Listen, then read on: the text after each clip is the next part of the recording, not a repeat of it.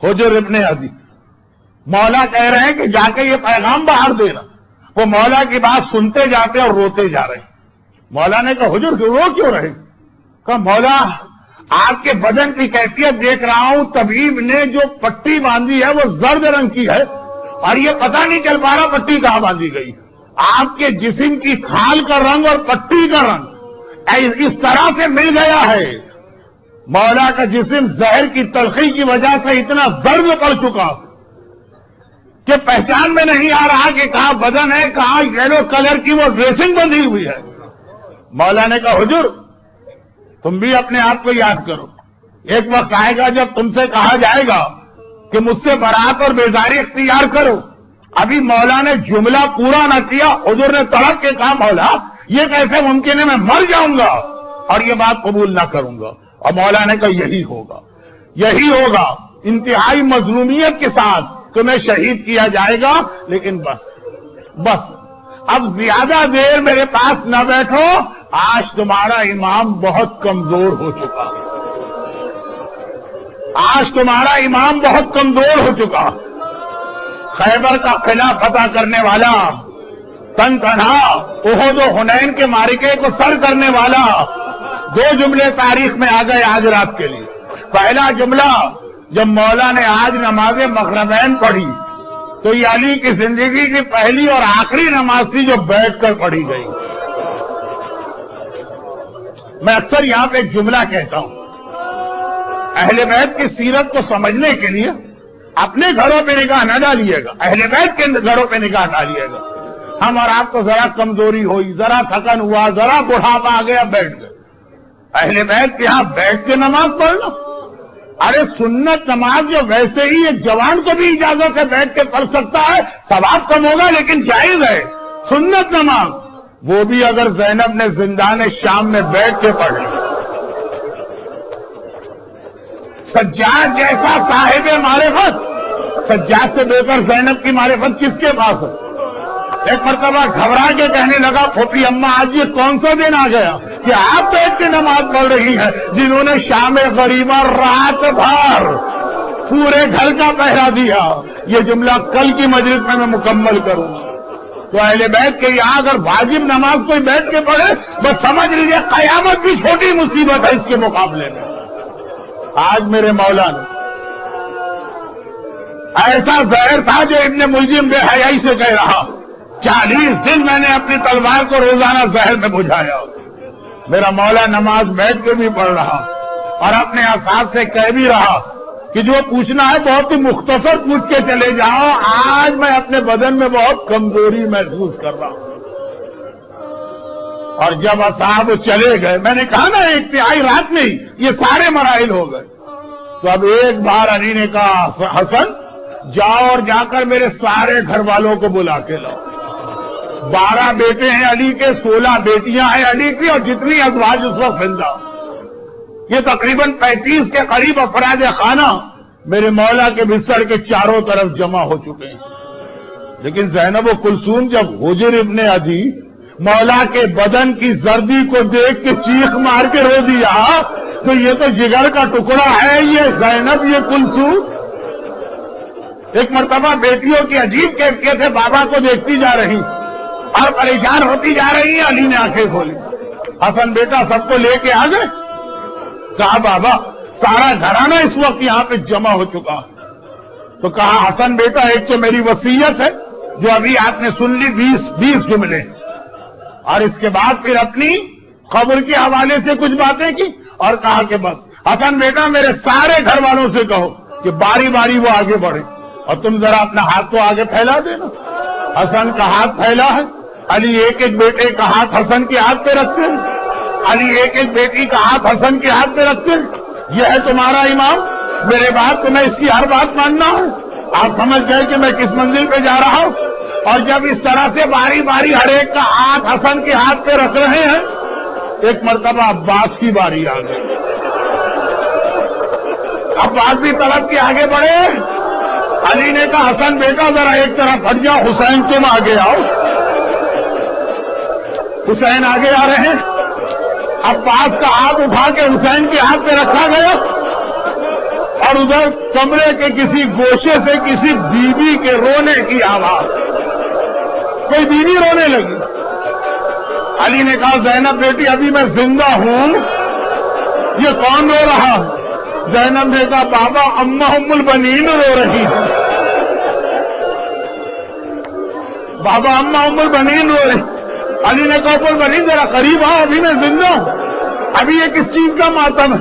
کہا مولا صرف اتنا بتا دیجئے میرے عباس نے کیا غلطی کی ہے, میرے عباس کا قصور کیا؟ علی سلونی کائنات کی ہر شے جاننے والا ایک مرتبہ گھبرا کے کہتا ہے ام البنین یہ تم نے کیا کہہ دیا؟ عباس کی غلطی کا تذکرہ کیسے آ گیا؟ کہ آپ نے ہر ایک کا ہاتھ آقا حسن کے ہاتھ میں دیا, میرے عباس کا ہاتھ آقا حسن کے ہاتھ میں کیوں نہ دیا؟ علی جیسے صابر کی آنکھوں میں آنسو آ گئے. ام البنین میں نہ ہوں گا مگر تم ہوگی تو تمہیں پتا چل جائے گا عباس کے ہاتھ. گویا کہہ رہے ہیں عباس کے ہاتھ تو ہے حسین کے لیے, پیدا ہوا تھا تب بھی حسین کی گود میں عباس گیا تھا, پہلے ہاتھ بڑھائے تھے آنکھیں بعد میں کھولی تھی. اور کربلا میں مرا بھی تو دائیں اور بائیں بازو کو حسین کی سکینہ کے نام پہ قربان کر. علی نے باقی وصیتیں مکمل کی اور اس کے بعد ایک مرتبہ ایک عجیب جملہ کہا. ابھی تک جو وصیتیں کی امت سے وہ بھی سب نے سنی, ابھی تک جو وصیتیں اولاد سے کی وہ بھی سب نے سنی, مگر اس کے بعد ایک عجیب جملہ علی نے کہا جو کسی نے نہیں سنا. سننا چاہ رہے ہیں کون ہے یہاں؟ اصحاب نہیں ہے, گھر والے ہیں. کون ہے یہاں؟ زینب ہے یہاں پہ, کلثوم ہے. کسی نے نہیں سنا. علی نے اتنا آہستہ سے کہا, اور لیکن یہ جملہ بھی عجیب انداز سے. اب تک ہر وصیت حسن سے. تو حسن بیٹا ذرا تھوڑا پیچھے ہٹ جاؤ, حسین ذرا میرے قریب آؤ. حسین قریب آئے. بابا کیا بات ہے؟ کہ اس طرح نہیں, جھکو میرے اوپر. اور اتنا جھکو کہ حسین کے کان علی کے ہونٹوں کے قریب پہنچے. صرف ایک جملہ کہا اور کسی نے سنا نہیں. کیا جملہ؟ گھر والے بعد میں اکثر کہتے تھے آقا حسین بابا نے کیا کہا؟ کہا کہ نہیں بتانے کی بات نہیں ہے, آقا نے کہا تھا چھپا کے رکھنا. کیا زندگی بھر چھپا کے رکھا؟ نہیں. عصر عاشور جب آخری رخصت کے لیے آئے, ایک مرتبہ کا زینب بہن ذرا شانے پر سے چادر کو ہٹا. زینب نے چادر ہٹائی, میرے مولا حسین نے جھک کے بہن کے بازوؤں کا بوسہ لیا.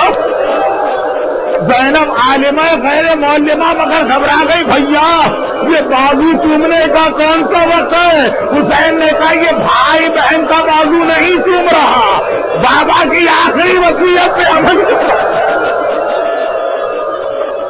تم پوچھتی تھی نا بابا نے آخری وقت میں وہ جملہ کیا کہا تھا؟ یہی کہا تھا حسین کربلا میں ظاہری طور پہ علی نہ ہوگا, میری زینب کو ان بازوؤں کا بوسہ لینا جس میں رسیاں باندھ کے زینب کو اسی کوفے میں لایا.